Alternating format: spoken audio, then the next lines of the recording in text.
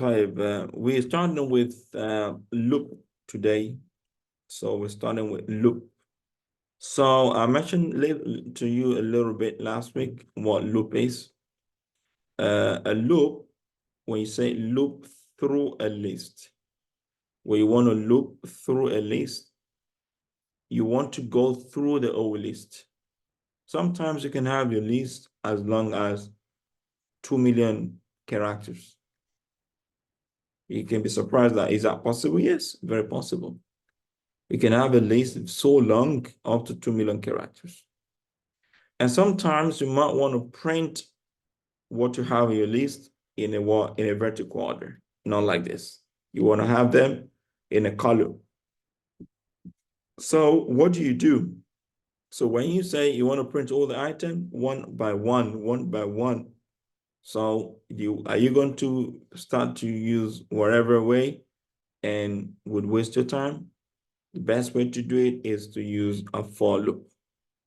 So you have a list, then the for loop would say for, it start with for. Some people usually use X, but I tell people don't use X because X doesn't mean anything. I would rather say for fruits in the what? In this list, for fruits. Mind you, this for is a keyword. It's not just the normal for we know. So let me use another color for us to know is a keyword. And in is also a keyword. What do I mean by keyword? These are the words in which if you write for Python, it's going to mean something. For fruits in this list. Then what do I say? I would say print. Mind you, I need to write a colon here. So it's going to index automatically. Print what? Print fruits. So it's going to print these fruits you have here on a what? On a colon way. It's going to print apple, banana, cherry, and the rest. So this is what we call for loop. So you will learn more about this for loop in the for loop chapter. We have a chapter for loop itself. So, but we're just trying to go through everything that has to do with the list. So loop through the index number. Now, let's say, for example, you want to loop through the index numbers we have in the list. Remind you, I mentioned to you before, if you have a list, apple, banana, cherry, the index for apple is 0. The index for banana is 1. The index for cherry is 2.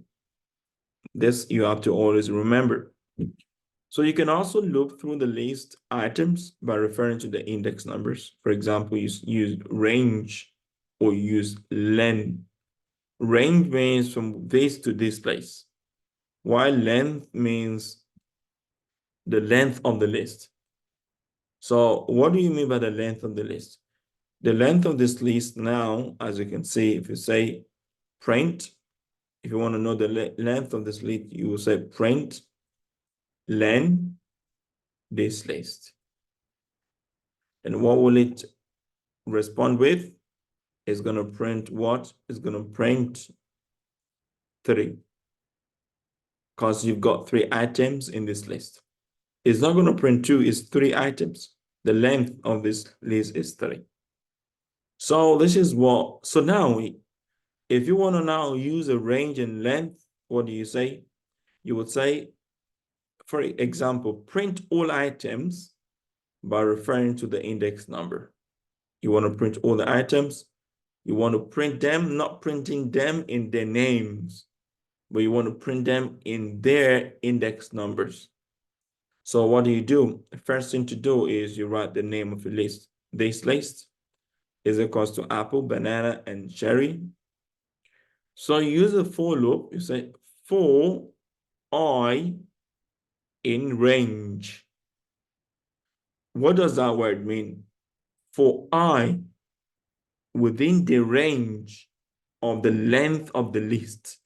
What does that word mean? It means within the range of 0 to what? To 2. Am I making some sense? For I in range, that is to say, range means least number to the what? To the highest number. That's what range is. When you say what is the range of something, means what is the least? What is the difference between the least and the what and the highest number? That's what a range means. So this is what a range means.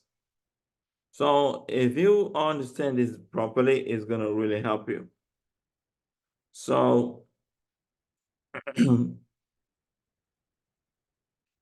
now I would then I would explain to you in a better way now. So for I in range length this list, print this list I. You can see you put the I in a angle bracket. You put the I in an angle bracket. Then what would happen afterwards?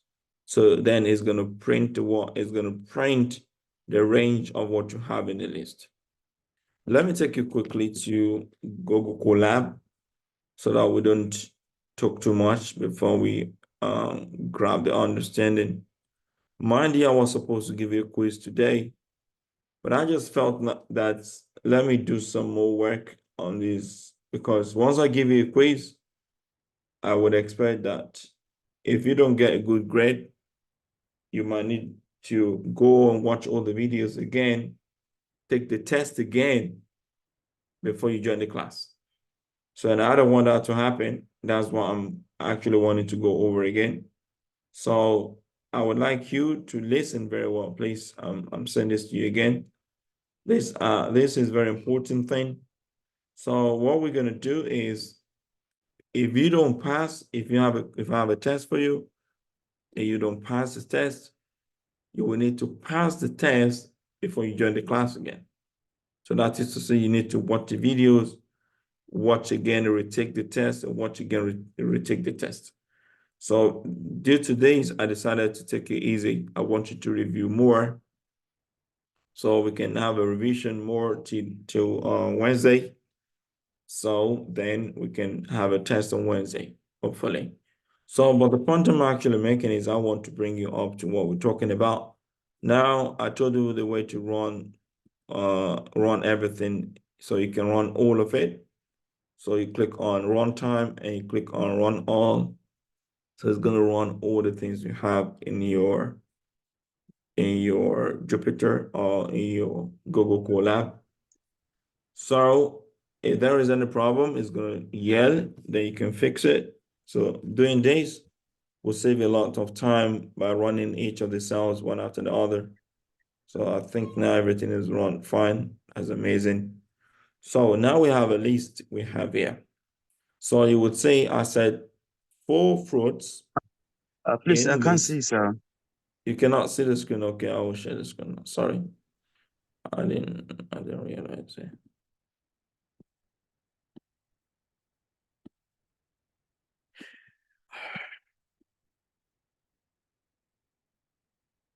Can you see my screen now? Yes. All right. Now you say 4. So you say 4 fruits in list 2 print fruits. And now you have all of this. So you can try it, everyone can try it, and write this code: 4 fruits in list 2 colon print fruits. This is how to write a for loop. So now let's talk about writing a range. So let's talk about writing a range. So as I said to you before, if you have a range, whereas you could see we have a range here. So someone would count 1, 0, 1, 2, 3, 4, 5, 6, 7, 8, 9, 10. So now you would count 10 objects in your list, isn't it? So you can print, you want to know the length of the list. You can also know the length of the list with printing the easy code. You can set print len list 2. So I always tell you, try to always keep on practicing. Don't relent. The day you think you know everything, then you would see you know nothing.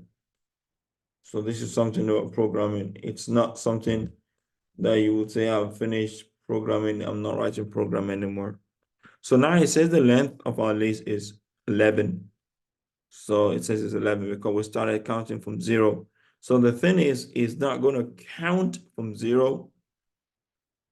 It's going to what? It's going to count from, it's going to count all of it. It's going to start counting from index 0 as 1.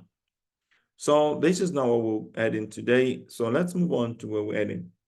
So I want to show you how to use a range. So how do I do it? I will say the first code is for I in range what? Length of what? Of list 2. So that's the first thing. Then put your colon. Then it's going to indent it. Print what? List 2. Then open the angle bracket and pull the I. Do you see that? So when you run this, now it's gonna give you the same thing. So it's gonna print the range of what you have in the list 2. So this is how we usually use the range, that we want you to print the range. So sometimes we can have numbers in your list. And when you have numbers in your list, it's not a big deal. It's gonna do almost the same thing. It's but because what the for loop does is it iterates over all the things you have in your list, and it prints them out for you. Okay, I'll come over again. So now look at the first one we did. It's pretty easy. The syntax goes like, for fruits in list, print fruits. Here I use I. If I use fruits, would it work?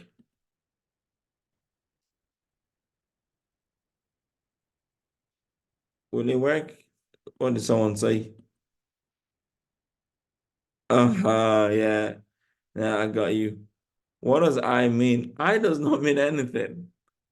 I is just a way to represent what is in the list. You can represent it with anything. If you put fruits, if you put eba, if you put amala, whatever you put in it is going to work. But the point is, whatever you put here, you say for fufu, in range, print what? Print fufu. It's going to print for you what you have in your list. It's just a way to say for I means for all the content, all of the things I have in my list. All right. For all of the things I have in my list, is it for all the things, all the fruits I have in my list in range, length of list 2. I mean, within the range, that is within the range of all the content of list 2, print list 2, the range. I mean, the range of all the fruits in it. So this is how we use a for loop. So for loop, we're going to talk about how to use it very well later on. So it's one of the most powerful and easiest way to iterate through a list. In fact, there are some beautiful projects I did like 2020 on this using a list that iterated through a book, and I told the book that count the number of books you find in a sentence. For example, I have like 200 pages of book. So I wanted to count the number of times one word was mentioned in that book. And it went through the whole book and it counted the number of times that word was mentioned. These are very beautiful projects, which we can do with for loop. So I don't want to stress you much, but I would try my best to make sure that we are having enough practical example. So I want you to try to run these on your laptop, everybody. Try to run this and tell me if you got any problems. So the I doesn't mean anything. You can use wherever you want to use. And that was why I try to use fufu now to let you know that nothing you put is going to work. All right. So it doesn't mean anything. In fact, it took me time before I realized that those words do not actually mean anything, because I was taken to what they, that's why I'm saying that when we take classes from the videos, we don't have time to ask questions like this. So we just feel like is the way it's been written and that's the only way it could work. No. So you don't have someone to explain to you that you can also do another thing in another way and it's gonna work.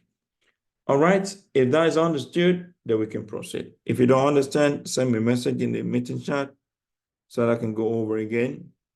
But if you understand, then let me continue. So now let's go back to the slide and see what we have in it. So the next one, it says, is while loop. But before we go to the while loop, I want to bring some examples of for loop, a practical way we can use it. I want to bring some examples of for loop so that we can have more experience with it. If you want to ask, let me go to Google Colab so that we can see what I'm saying. I'll be able to explain that properly there.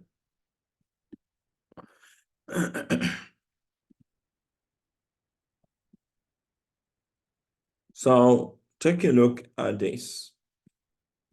That thing we said is not, let's say, for example, I say for X in Python.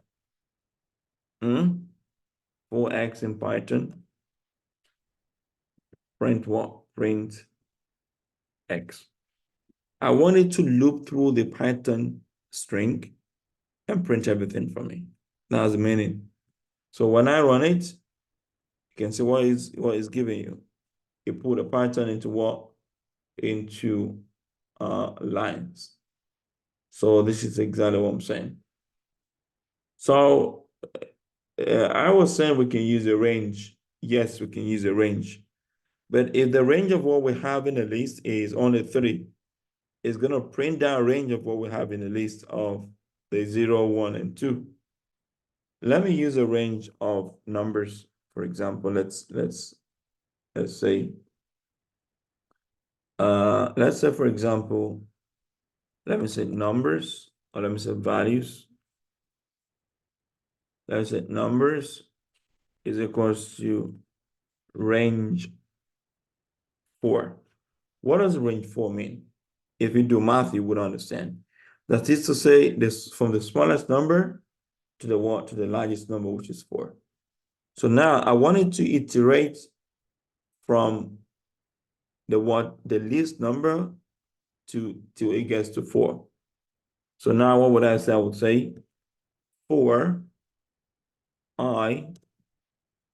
in what? 4i in values, in numbers, sorry. 4i in numbers. What do I say? Print what? Print I. So when I run this now, it's going to print 0, 1, 2, 3. So it's going to print a range of numbers from 0 to 3. It's going to print a range of numbers of 4 numbers. If I say it should print 100, If I say the range is 100, it would do the same.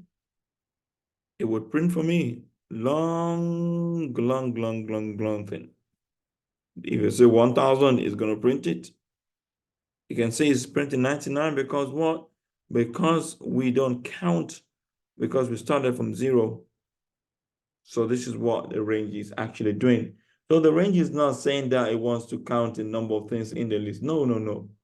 The range is saying that it wants you to count the sum of the number of items you have in the list. Is understood? So this is what it is.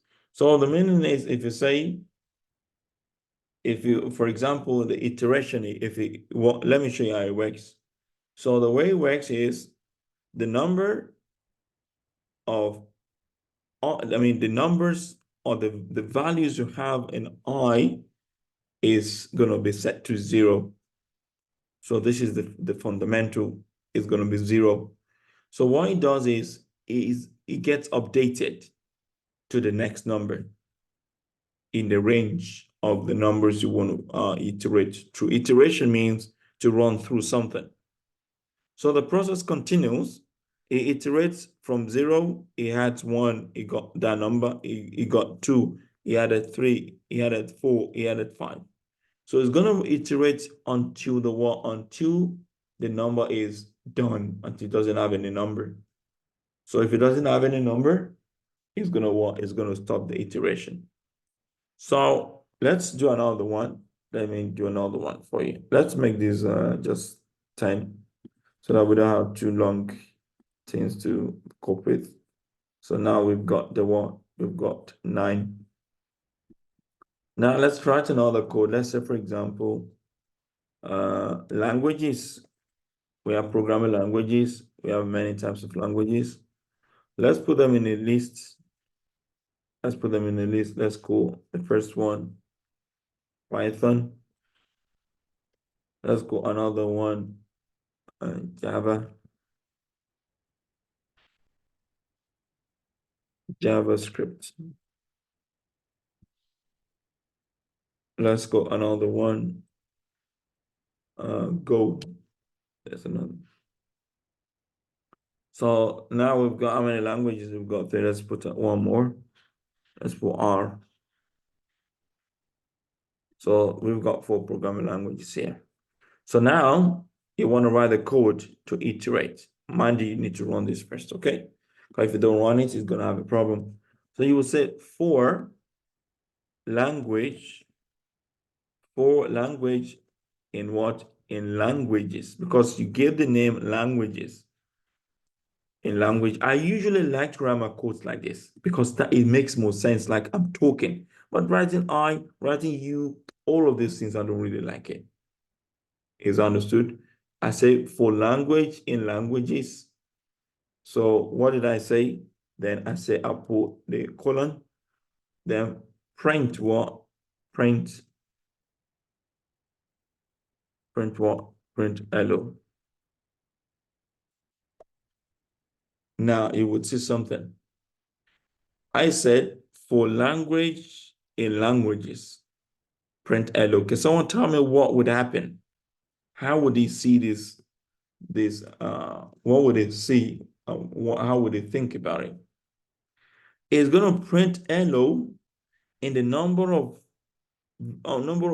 items you have in a what you have in the list, which is you have in the languages. It's going to print the what? It's going to print the language. Now let's run it. Did it say we have 0, 1, 2, 3? And it printed hello how many times? 0, 1, 2, 3. Do you see now? So this is what for loop. I'm not supposed to go into for loop today, actually. You just brought me into for loop because I don't want you to get confused. So for loop is a topic on its own, and it's something that you need to get good explanation for. اكتب في دفتري ما يملي علي التونيك وكوينون معك لا افتباع. So what I'm saying is we are, so let me add another, let me say, for example, for language in languages, print hello. print I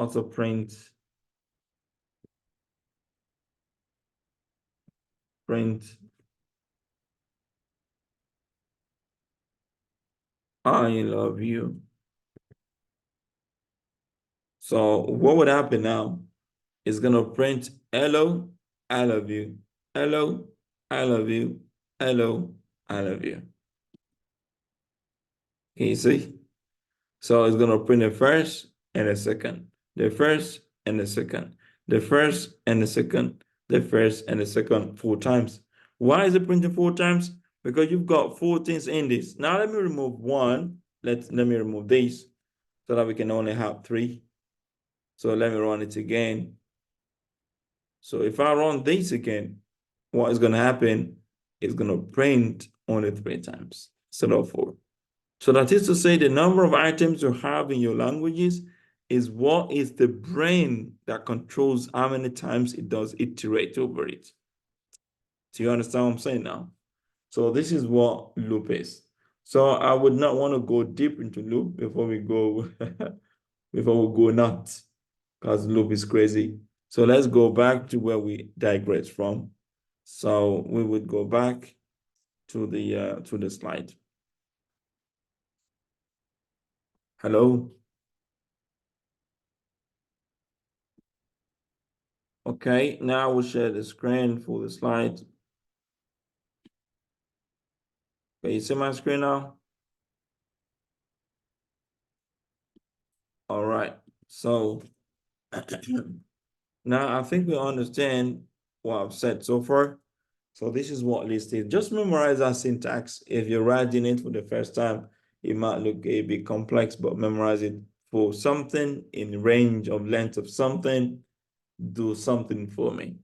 So the way I wrote it before, you can see I did not even write in length of something. I just said four languages, for language in languages. So I can say also say for fruits in range of something. So it's not something that actually have a very unique way to write it, but just understand the context.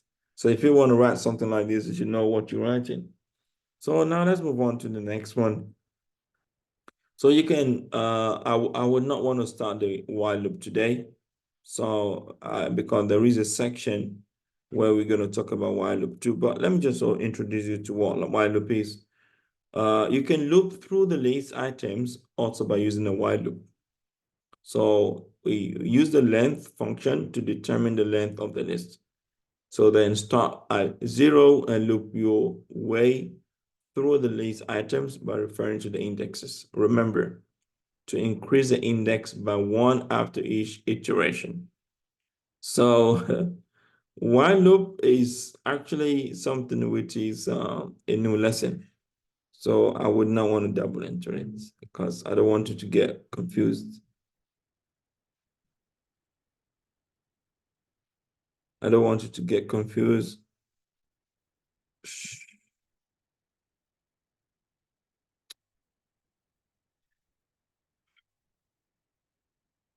Understanding.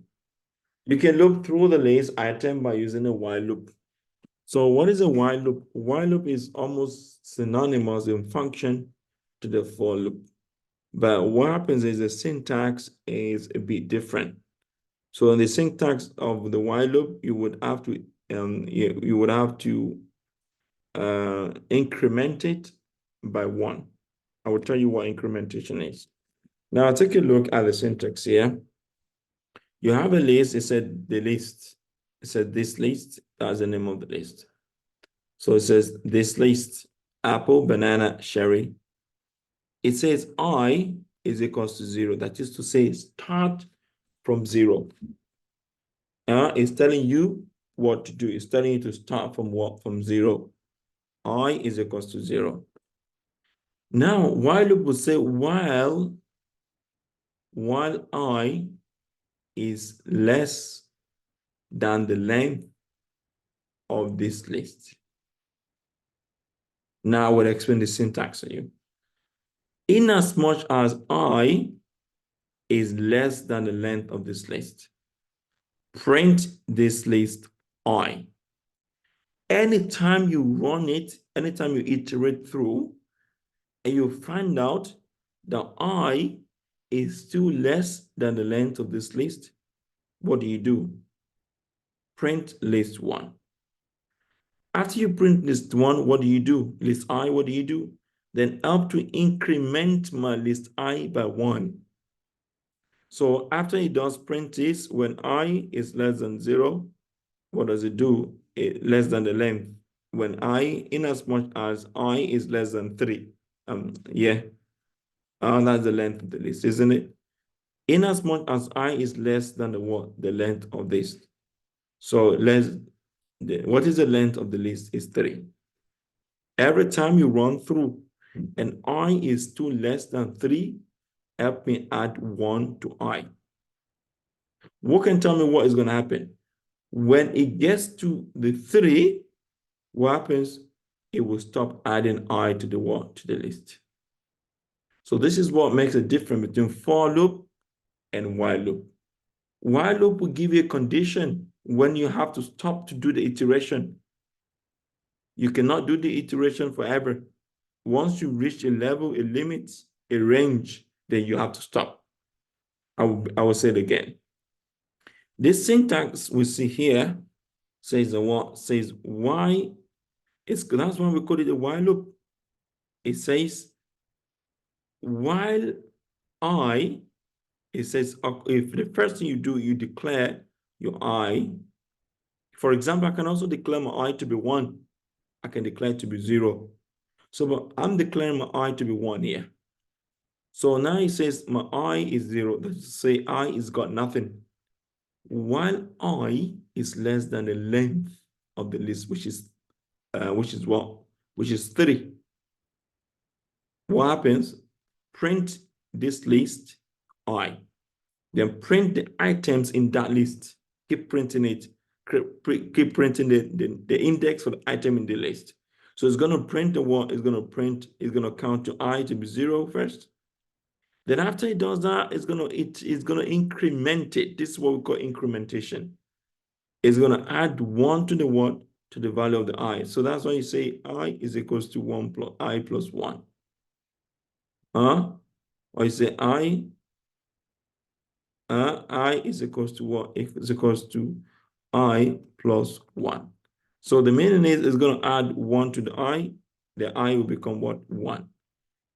So when I becomes 1, then it's going to run through and it prints the second one, which is banana.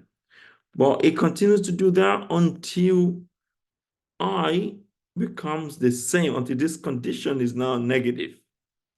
Because when I becomes equals to the number of the what? Of the list, which is 3, then it stops to print it. So that was why I was trying to avoid this, but I saw there was no way to avoid it. I just have to teach it. So I don't want you to get confused. So I will go to the Google Colab and I will show you what I'm talking about. You see these things we're talking about? They are very, very important in software development. So you're going to do this a lot. You're going to use them a lot. So this is why you need to understand them very, very, very well. You cannot do without them. All right, so now let me write the code for while loop. So the code for the while loop, which we saw in the slide, says what? It says the first thing, as I've told you before, the first thing you do is you declare your I. I can declare my I to be 1. So that means I will start counting from 1, but let me make it 0 first. So I declare my I to be 0. And after that, I said, while my I is less than what? Than the length. Instead of me to just say, what is the length, which is 11, isn't it? If I say this, nothing is going to happen to me. It's going to be fine. But I want to use the list I want to iterate through the list. So that's why I say, while my I is less than the length of the what? Of list 2. Is understood? Then put my colon. What do I want it to do? I want it to print list 2. Then I. Print the list 2 and use I to control what you print. So then I will remember to increment my I by what? By 1 at the end of every printing. Otherwise, if I don't pull this last one, it's going to print only once and it's going to stop. So this will loop through everything in the list. So now let me run it. Can you see? It's going to print the whole thing in the list for me. So now let me remove the syntax here. For example, let me just comment it out. And I will run it again. Can you see? It's going to destroy this is very bad. Can you see? I need to stop it. Otherwise, it's going to fill up my, the memory of my laptop is going to be filled up with orange. It's going to print orange forever. This is why while loop is very dangerous. Don't play with it. If you play with it, it's going to crash your laptop. Can you see now? Can you see how many oranges is printed? It's printed so many oranges that I cannot even count it. So this is why while loop is very dangerous. So this last syntax is what will save your laptop from crashing. So do not take it out. If you take it out, because the reason is it's going to continue to print that orange because no condition is met. It's going to print forever that orange. But the condition you gave here, you said increment the I by 1. It's when it increments by 1 that the condition here will be met. That at least I is going to be equals to what? The length of the list. But if it does not increment, it's going to remain 0 forever. I will remain 0 forever. And it's going to be printing the same thing and your disk will be filled up. You're going to be in trouble. So that point in time is very dangerous for you. So this is why you should never play. You should never play with this while loop. So the same my list 2 is not defined because I already killed it. I already stopped the runtime. So I'll run everything again. You see, programming is fun sometimes, and sometimes it's very dangerous for you. So now I will run it again. So now I got my result. All right. So I actually had to kill the runtime because it's gonna fill my memory, and I will be in hot soup. So this is exactly what we will have to talk about today. So I hope you really understand this while loop and for loop. So I will try to find a lot of examples for you in while loop and for loop, so that you can have a better understanding of it, hopefully. So I wish you a better understanding. In case anyone's got questions.